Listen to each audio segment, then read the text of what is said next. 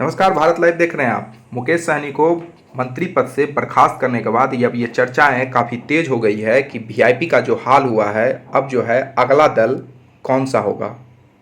और ये अगला दल मांझी है, तो मांझी ये किसने कहा कि मांझी की अब बारी है। मुकेश सहनी को एनडीए से बाहर का रास्ता दिखाए जाने पर बाद में बिहार में जो है सियासत का उथल पुथल मची हुई है, बयानों का बयार आ गया है। इसी बीच कहा जा रहा है कि मुकेश सहनी जैसा हाल हुआ है वैसा ही हाल अब जीतन राम मांझी का भी होने जा रहा है। किसने कहा है ये भी मैं आपको बताऊंगा। उससे पहले ये जान लीजिए कि अभी 496 दिन ही मुकेश सहनी को मंत्री रहे हुए थे। वो पशुपालन एवं मत्स्य संसाधन मंत्री भी रहे हैं। बिहार सरकार के मंत्रिमंडल से मुकेश सहनी को सोमवार को ही हटा दिया गया था। इस पूरे राजनीतिक प्रकरण पर जन अधिकार पार्टी के राष्ट्रीय अध्यक्ष सह पूर्व सांसद राजेश रंजन उर्फ पप्पू यादव ने कहा कि मुकेश सहनी जैसा हश्र अब जीतन राम मांझी का भी होने वाला है। मुकेश सहनी की जो स्थिति हुई है उसके लिए वो खुद बहुत हद तक जिम्मेदार हैं। बिना संघर्ष की राजनीति का अंजाम अक्सर ही ऐसा होता है। स्वार्थ की राजनीति का पटापेच कुछ भी इसी तरह होता है। उन्होंने कहा है कि मुकेश सहनी के बाद अब जीतन राम मांझी का भी भाजपा ऐसा ही करेगी। पप्पू यादव ने कहा है कि भाजपा का जो है अगला टारगेट वो जीतन राम मांझी होगा। पप्पू यादव सोमवार को पूर्णिया स्थित अपने आवास पर पत्रकारों से बात कर रहे थे। उन्होंने कहा है कि भाजपा की रीत नीति पूरी तरह उद्योगपति व पूंजीपति को लुभाना और लाभ पहुंचाना है। उन्होंने भाजपा पर हमला करते हुए कहा है कि महंगाई बेरोजगारी चरम पर है, लेकिन यह सरकार के एजेंडे से बाहर है।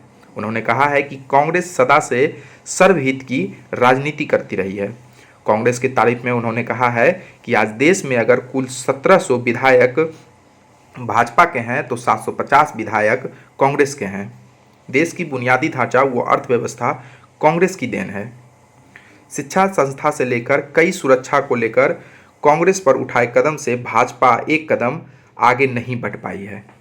उन्होंने साफ जो है भाजपा पर निशाना साधा है, भाजपा पर हमला किया है। साथ ही कांग्रेस की तारीफ करते हुए उन्होंने कहा है कि कांग्रेस ही एकमात्र विकल्प है। आगे उन्होंने कहा है कि किसान व आम जन के हित में तमाम योजनाएं कांग्रेस की देन है। पंचायती राज से सशक्त करने की पहल सर्वप्रथम पूर्व प्रधानमंत्री राजीव गांधी की है। आज इस संरचना में भाजपा ध्वस्त करने पर तुली हुई है। देश में फिलहाल राजनीति की दो धार बह रही है। एक तरफ पूंजीपतियों की हित में माफिया राज, भ्रष्टाचार व आम आदमी के शोषण की धारा बह रही है। इसकी अगुवाई भाजपा कर रही है।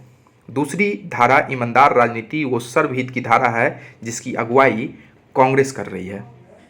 पप्पू यादव ने कहा है कि बिहार में त्रिस्तरीय पंचायती राज के प्रतिनिधि के अधिकार का हनन किया जा रहा है। पंचायत प्रतिनिधि पूरी तरह असुरक्षित होते जा रहे हैं। बिहार में इस साल अब तक 11 त्रिस्तरीय पंचायत प्रतिनिधियों की सरेआम हत्या हो चुकी है। उन्होंने कहा है कि वर्तमान में हो रहे विधान पार्षद चुनाव में ही सतर्क रहने की जरूरत है।